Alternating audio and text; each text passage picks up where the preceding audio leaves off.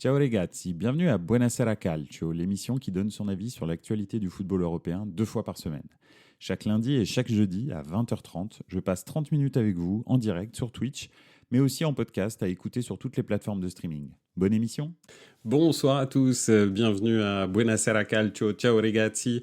Écoutez, ça fait plaisir de vous retrouver. J'ai pas pu être présent lundi dernier je me suis fait rattraper par la grippe 2022-2023. Je la recommande à personne, elle est pas terrible. Donc voilà.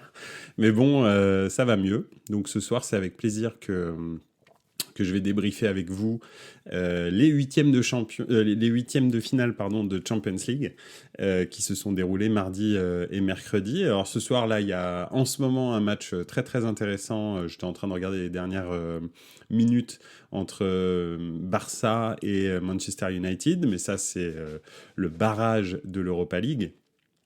Donc voilà, mais c'est un match très plaisant. Il y a 2-2 pour l'instant, si jamais quelqu'un dans le chat veut nous updater sur le score en direct, c'est avec plaisir. Salut Pic, comment ça va? Merci d'être là, ça fait plaisir. Donc oui, ce soir comme d'habitude, 30 minutes avec Buonasera Calcio. Pour que je partage mon avis un petit peu sur ce qui s'est passé mardi et mercredi. Ça faisait très longtemps qu'on attendait la Ligue des Champions. Ça s'est terminé au mois de novembre. Et voilà, le 14 et 15 février, ça a repris. Donc vraiment, c'est une attente interminable entre la fin des phases de poule, surtout cette saison, parce qu'en plus, la Coupe du Monde a fait en sorte que la Ligue des Champions, les poules de Ligue des Champions se sont terminées plus tôt que d'habitude. Donc ça a mis encore plus de temps entre les derniers matchs de Ligue des Champions et les huitièmes de finale. Alors, Pic qui dit, visiblement, Neymar a été aussi mauvais sur le terrain mardi qu'à la table de poker le même soir. Sale semaine, oui. Sachant qu'en plus, le même soir, et puis ensuite, il a recommencé pendant un jour ou deux, je crois, de suite, parce qu'il s'est inscrit, je crois, en tout et pour tout à 3 tournois. Certainement pour, je sais pas, soigner son dépit amoureux, enfin, je sais pas.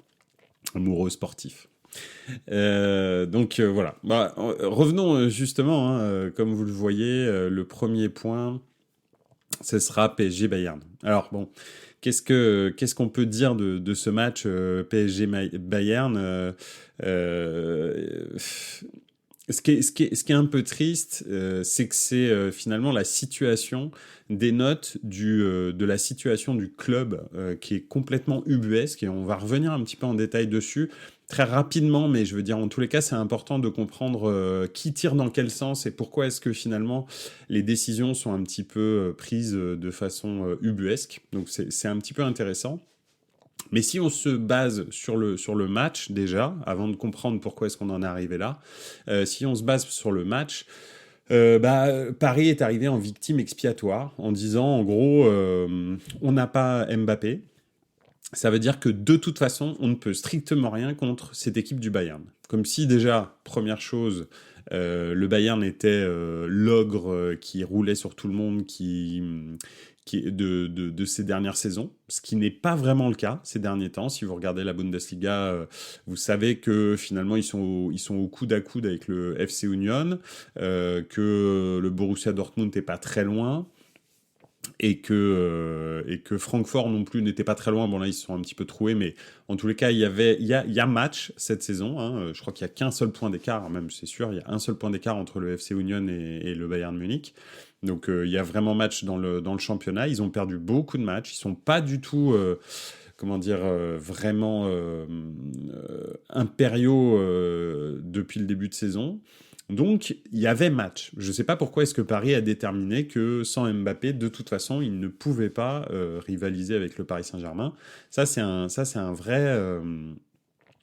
vraie interrogation, parce que Paris, à part Mbappé, enfin, je veux dire, quand vous avez Neymar, Messi sur le terrain, Verratti, au milieu du terrain, vous avez des Fabian Ruiz, des Danilo, en défense, vous avez Marquinhos, Sergio Ramos, etc. Enfin, je sais pas, Hakimi, Nuno Mendes et tout. Vous n'avez pas une équipe de CFA, quoi. C'est pas... Je veux dire, vous avez le droit de jouer au football, même si vous n'avez pas Mbappé sur le terrain. vous avez tout à fait le droit d'avoir un vrai plan de jeu. Et ça, déjà, c'est absolument pas le cas. Et ça, le premier à être blâmé pour ça, très clairement, c'est Galtier. Galtier, très honnêtement, je ne sais pas ce qu'il a fait et je ne sais absolument pas pourquoi est-ce qu'il est allé comme ça en victime expiatoire face au Bayern, mais c'était ridicule. Mais bon, après, on peut comprendre le plan. Le plan, c'est, en gros, on fait le dos rond, et puis au match retour, on aura tout le monde qui sera plus en forme, hein, parce que donc Kimpembe revenait de blessure, Hakimi aussi n'était pas vraiment au top, d'ailleurs on voit que là il va être absent au prochain match. Mbappé donc n'était pas là, ou en tous les cas a joué mais qu'une trentaine de minutes. Donc ils se sont dit, le but du jeu, c'est d'être en vie pour le match retour. Alors, finalement, si on regarde l'entrée de Mbappé et ce qu'il a fait au Bayern, bah en fait, on a l'impression que c'est pas tant un mauvais plan que ça, parce que en 30 minutes, le Bayern c'est un petit peu fait dessus, comme jamais ça avait été le cas pendant 60 minutes avant. Donc ça veut dire que quand Mbappé rentre, il appuie exactement là où ça fait mal pour le Bayern, c'est-à-dire la vitesse dans leur dos.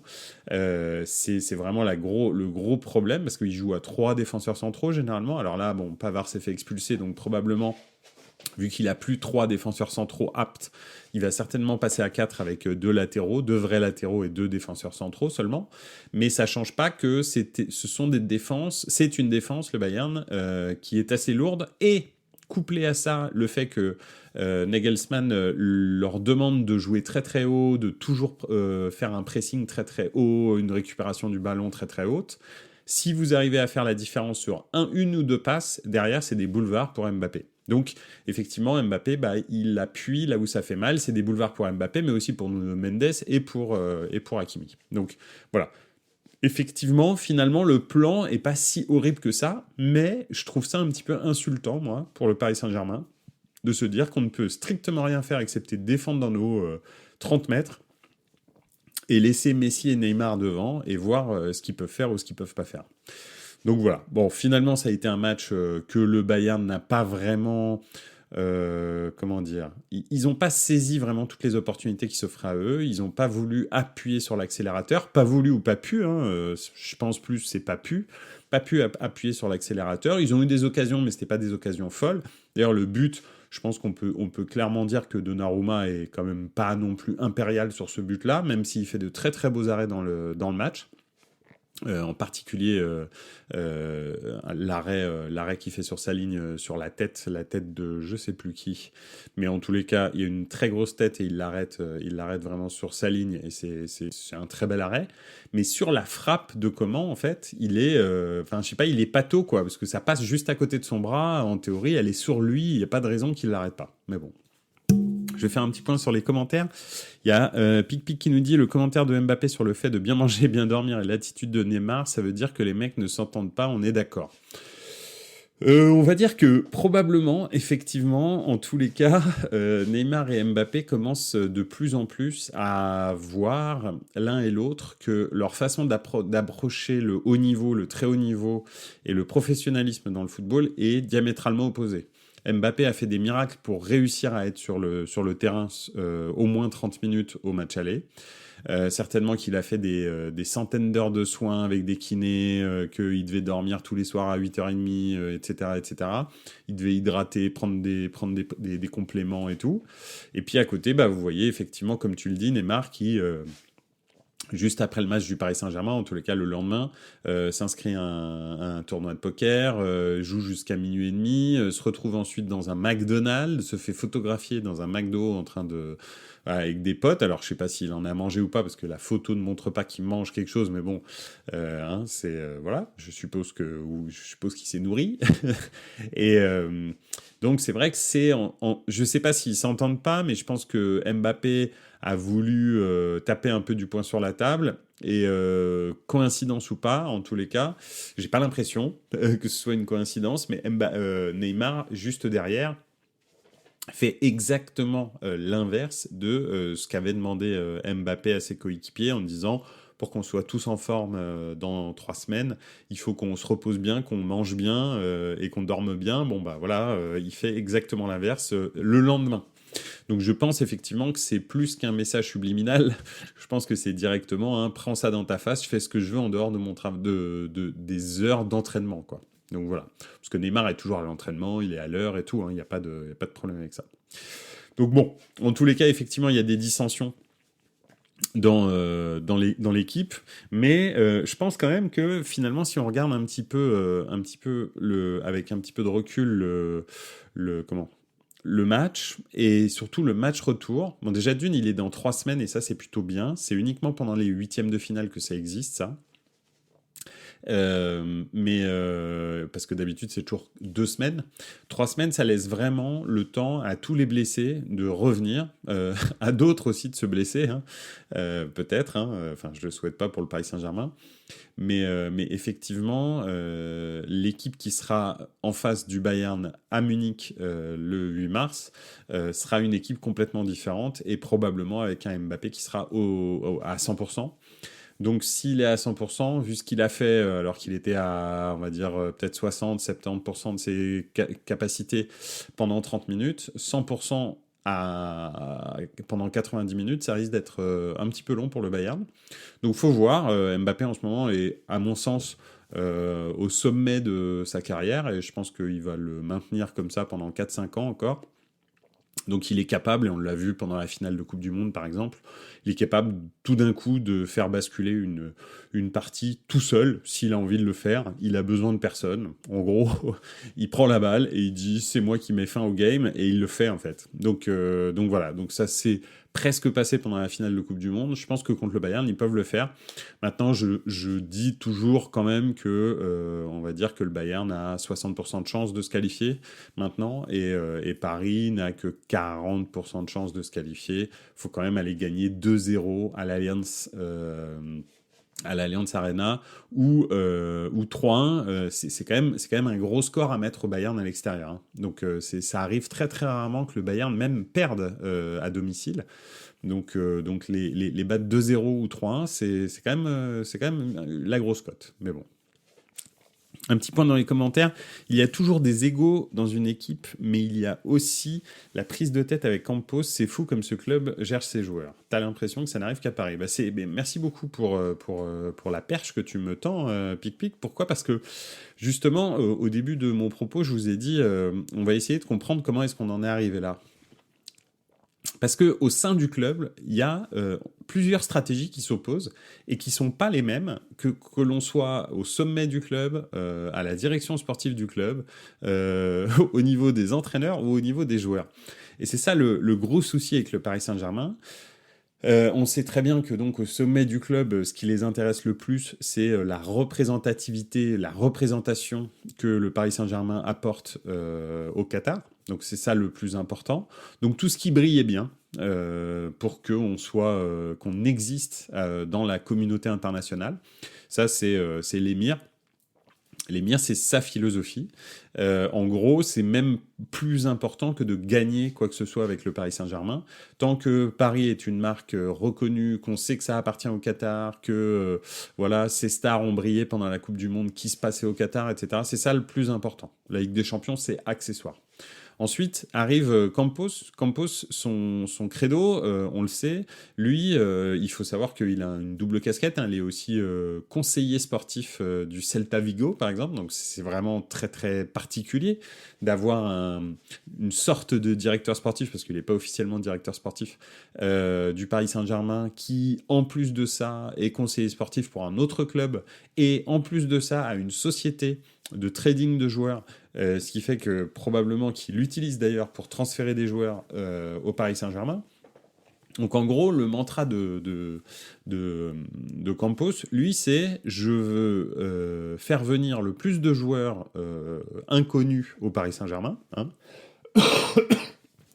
Excusez-moi. On le voit avec les Vitinha... par exemple, qui n'est pas inconnu, mais en tous les cas qui n'était pas très connu. Des joueurs, en gros, qui ont un fort potentiel à la revente si jamais ils se comportent bien dans une vitrine comme le Paris Saint-Germain. Donc c'est le but pour lui, équitiqué part aussi de cette réflexion, Vitinha, etc. Enfin voilà, l'espèce de recrutement pas bling-bling, Fabian Ruiz, des choses comme ça. qui, lui, derrière, via sa société de trading, en étant la personne qui prend au passage, va prendre des très grosses commissions sur les reventes une fois que ces joueurs-là ont brillé au Paris Saint-Germain. Alors, c'est fréquent avec Campos, tous ces joueurs ne brillent pas, hein. Donc il a aussi beaucoup de déchets. Mais bon, voilà, ça arrive, et généralement, il prend des très très gros billets. Il l'a fait énormément à Monaco, il l'a fait beaucoup aussi à Lille. Et il se dit, bah là, je suis passé à la vitesse supérieure avec le Paris Saint-Germain. Il a donc choisi Christophe Galtier. Pourquoi ? Parce que comme ça, il n'aura pas de bâton dans les roues avec l'entraîneur. L'entraîneur sait comment il fonctionne.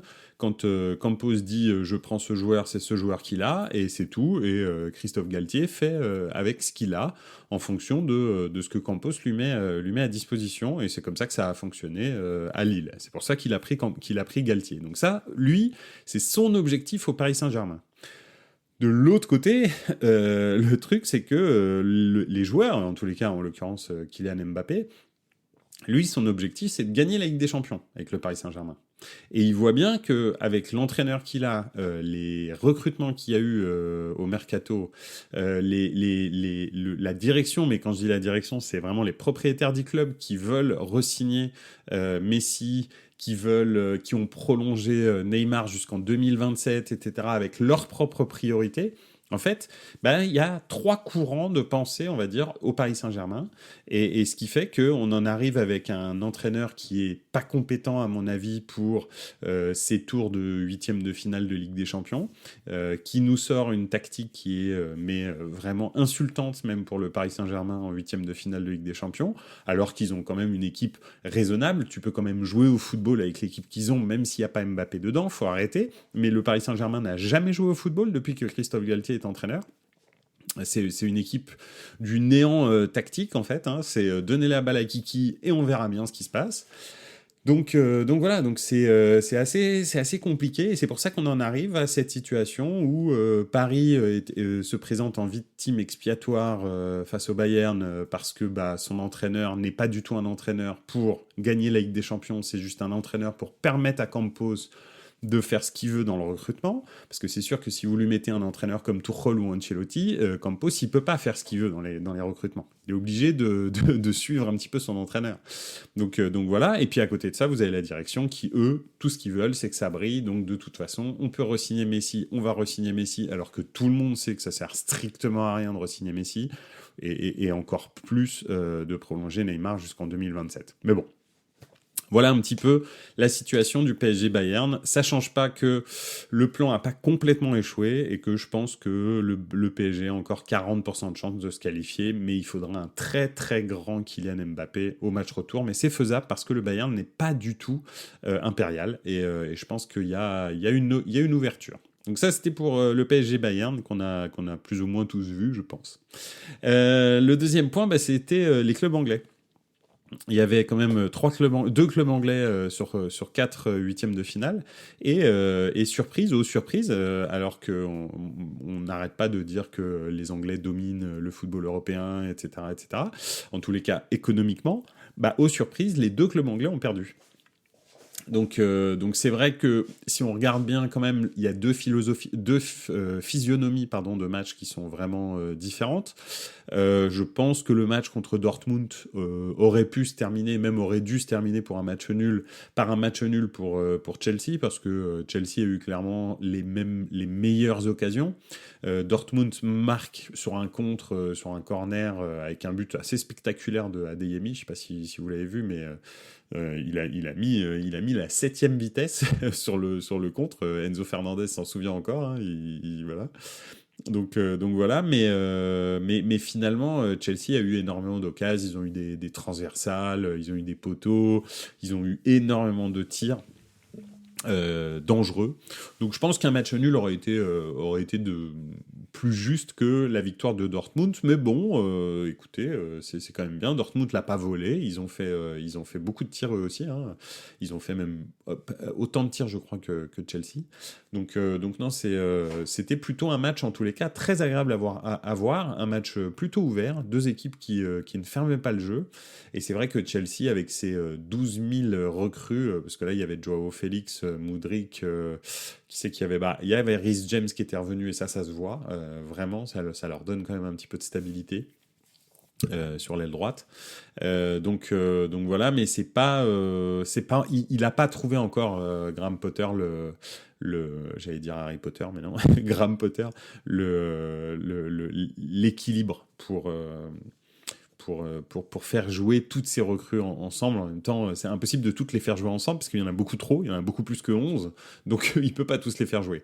Mais c'est vrai que trouver un équilibre pour réussir, en tous les cas, d'avoir un système de jeu dans lequel tout le monde peut s'épanouir, pour l'instant, c'est vraiment pas le cas. Donc voilà, ils ont perdu en plus des gens, hein, des Mason Mount qui n'existent plus. Quand il rentre, t'as l'impression que c'est son frère, alors qu'il avait un niveau stratosphérique il y a encore 1 an et demi, 2 ans. Donc voilà, donc Chelsea est pas sorti d'affaire, mais en même temps, sur ces huitièmes de finale aller, ils sont pas non plus éliminés. Ils ont montré au match aller qu'ils avaient les moyens de mettre des buts à Dortmund, même s'ils l'ont pas fait. Ils ont vraiment les moyens. Donc on va voir un petit peu comment ça va se passer. Un petit point sur les commentaires. Paris a trop une image de nouveaux riches qui surpayent des joueurs aussi bien en indemnité qu'en salaire. Je ne vois pas comment ça peut fonctionner. Si je dois vendre un de mes joueurs au PSG, le prix c'est x3. Mais Mason Mount, ce sera une super affaire cet été. Ouais. Alors, effectivement, bah oui, Paris, pour l'instant, surpaye les joueurs en permanence. Après, c'est un petit peu le mal de tous ces super clubs. Manchester City, mais aussi Manchester United. Ces clubs qui ont énormément d'argent, effectivement, très souvent, ils payent beaucoup trop cher les joueurs. Donc voilà. Et le gros souci, c'est pas trop qu'ils les achètent cher, parce que ils ont les moyens, donc ça, c'est pas trop un problème. Et puis encore, c'est même plutôt cool parce que ça ruisselle un peu sur le championnat autour, les championnats dans lesquels ils sont achetés, ces joueurs.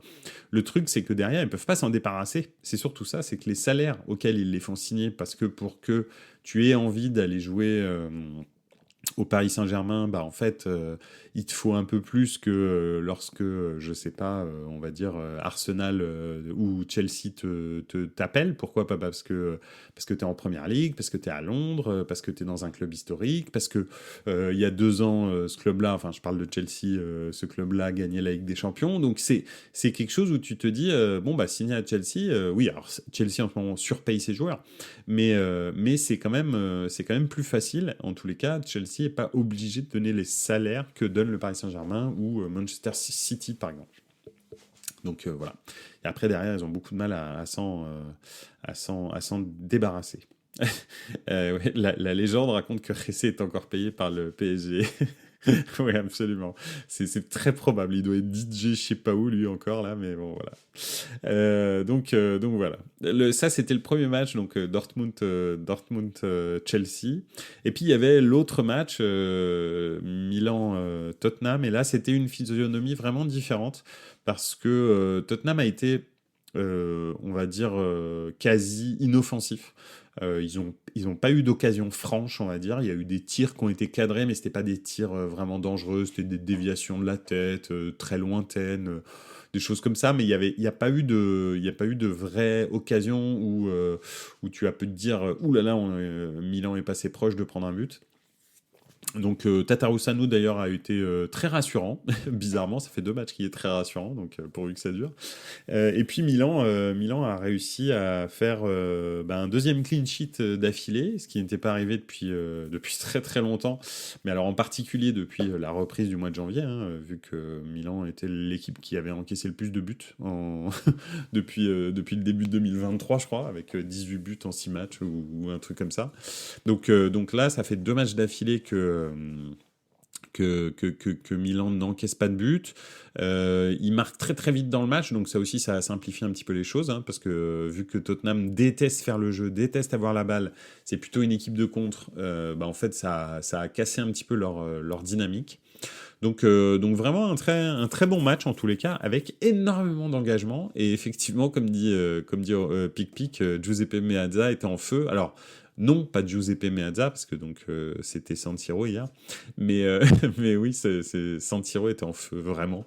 C'était vraiment impressionnant à entendre, à voir. Le tifo était mortel.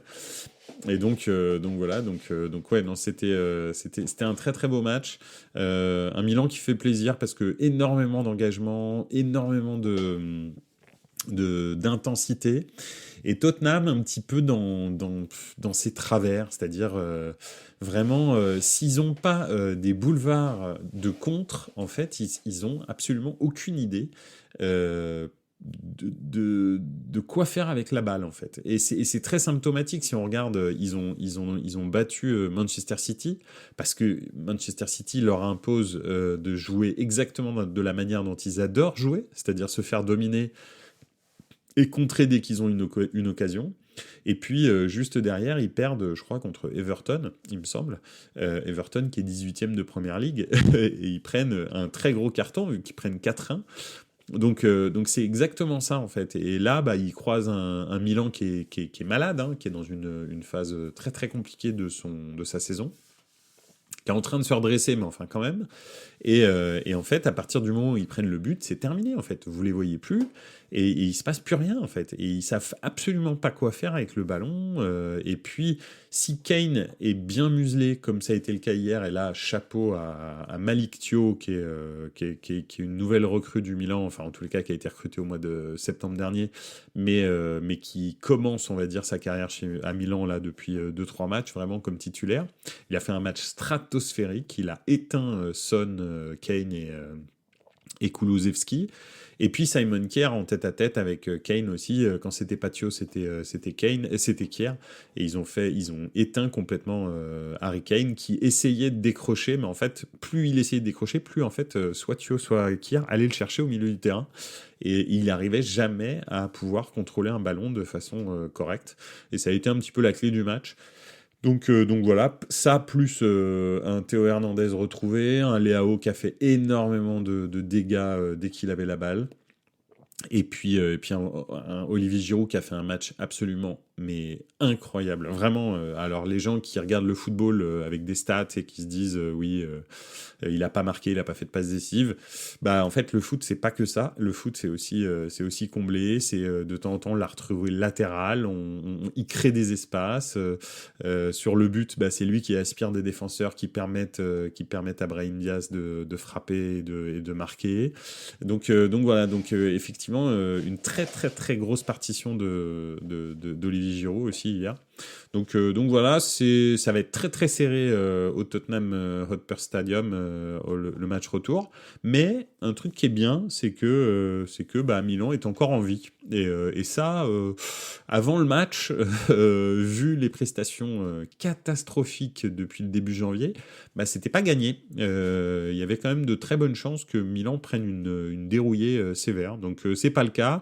Tottenham aura certainement à cœur de se reprendre, mais en tous les cas, ils ont le destin entre leurs mains et jusqu'à preuve du contraire, il faut que Tottenham gagne 2-0 au match retour pour se qualifier. Pareil pour Chelsea, donc les deux clubs anglais sont dans une situation similaire, ils reçoivent au retour et ils doivent gagner au minimum 2-0 et c'est pas une mince affaire contre ces deux équipes que sont Dortmund et Milan, donc on verra bien.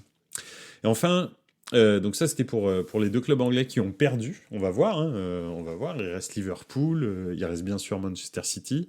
Liverpool est un peu malade, le Real aussi. Enfin quoi que le Real se reprend là, ils ont fait une belle victoire contre Elche, je crois hier 4-0. Mais donc voilà. Mais je voulais aussi revenir sur le Benfica, qui déjà m'avait impressionné pendant les phases de poule, vraiment, vraiment impressionné, les matchs contre le Paris Saint-Germain, mais même ce 6-1 contre le club israélien pour réussir à être premier du groupe, Rafa Silva qui pour moi, il est incroyable ce joueur, honnêtement, je suis béat devant les qualités de Rafa Silva. Donc pour moi, Benfica, ils ont gagné 2-0 à l'extérieur hier contre le FC Bruges qui est dans une période très très compliquée de sa saison. Eux, c'est comme Milan, mais sauf que ça s'arrête pas, c'est une descente aux enfers. Là, ils sont en train de tout perdre en fait. Ils ont tout perdu, donc là au championnat, ils ont complètement décroché. En coupe, je crois qu'ils se sont fait sortir. Là, ils ont perdu le match aller 2-0 de huitième de finale, ce qui fait que bon, aller gagner au Stadio de la Luz à Benfica dans 3 semaines, 3-0 au minimum, j'y crois pas vraiment. Donc pour moi, Benfica a déjà un pied en quart. Donc, voire même un pied et demi en quart. Donc je pense que celui qui va prendre Benfica, il va pas forcément faire une super affaire en quart de finale. Et peu importe qui c'est, je pense très sincèrement qu'il peut y avoir une très très grosse surprise en quart de finale parce que Benfica, c'est une équipe qui sait ce qu'elle fait. C'est pas, elle sait exactement ce qu'elle fait. Elle se prend pas pour quelqu'un d'autre. Elle joue en permanence. Elle a des joueurs d'une qualité technique qui sont impressionnants. Elle a une débauche d'énergie qui est vraiment très très impressionnante. Et elle a un bel effectif en fait. Quand vous voyez que par exemple sur le banc elle a Draxler. Alors ouais, c'est Draxler. Mais c'est quand même une équipe qui a un budget comparable à celui de Lyon. Donc c'est pas non plus une équipe qui a un budget stratosphérique, même si c'est un très grand club. Hein, attention, hein, je compare pas le Benfica à Lyon, hein, ça n'a rien à voir. Lyon c'est un bon club français. Le Benfica c'est un club de légende, donc c'est autre chose, c'est un autre niveau. Mais ça change pas qu'en termes de budget, c'est relativement comparable. Et je trouve que l'effectif de Benfica, faudrait peut-être que Chirou regarde un petit peu comment on construit des effectifs au Portugal, parce que ça pourrait peut-être l'intéresser et ce serait pas anodin. Donc, donc voilà. Donc oui, je pense que Benfica risque de faire une très très grosse surprise en quart de finale, j'ai l'impression. Et j'ai pas l'impression qu'il y ait d'équipes qui peuvent vraiment les inquiéter. Donc voilà. Benfica, à chaque fois qu'ils vendent leurs meilleurs joueurs, ils deviennent plus forts. C'est assez dingue de voir le scénario se répéter chaque année. Ouais, faut savoir que ils ont vendu, par exemple, à Chelsea, Enzo Fernandez, hein, cet hiver. Donc pour 120 millions. Donc c'est quand même pas, c'est quand même quasi le pilier de ton milieu de terrain qui s'en va en cours de saison. Et pourtant, ils arrivent en huitième de finale de Ligue des Champions. Alors oui. C'était contre le FC Bruges, ça change pas que gagner 2-0 à l'extérieur, avec la maîtrise qu'ils ont marquée. Oui, ils ont vendu aussi Nunez, dit Pic, ouais, absolument. Ils arrivent toujours à se refaire. Et franchement, non, c'est là, moi, je trouve que ça fait 2-3 ans qu'ils sont toujours là, huitième, quart de finale. Et là, j'ai bien l'impression qu'on peut les voir plus haut que le quart de finale. Donc, on verra bien. Mais en tous les cas, moi, ils me font une très très bonne impression et ça me ferait vraiment plaisir pour ce club qui est un club de légende. Donc ce serait vraiment cool de les revoir au sommet, un peu comme l'Ajax l'a fait il y a 3-4 saisons, etc. C'est toujours sympa de revoir ces clubs qui ont eu des histoires un petit peu en dents de scie parce que ils n'ont pas une stabilité financière comme les très gros clubs. Espagnol, anglais et puis le Paris Saint-Germain. Donc voilà, et le Bayern. Donc voilà. Bah écoutez, en tous les cas, c'était mes réflexions sur les huitièmes de finale aller de Champions League. Ça va continuer. Ce soir, il y a la Ligue Europa qui est partie. Lundi prochain, on va aborder un autre sujet. Hein. Je pense que le championnat va nous amener les championnats respectifs de tous nos clubs chéris vont nous amener d'autres enseignements.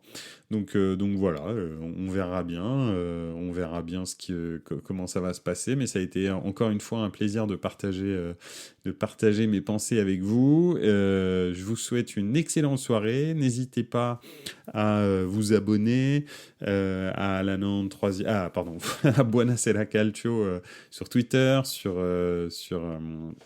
Instagram, mais aussi sur Apple Podcast, sur ce que vous voulez, Deezer, Spotify. N'hésitez pas aussi à noter les podcasts et les vidéos sur Twitch. Et puis à lundi prochain. Voilà. Merci beaucoup d'avoir été là. Ciao ragazzi, ciao.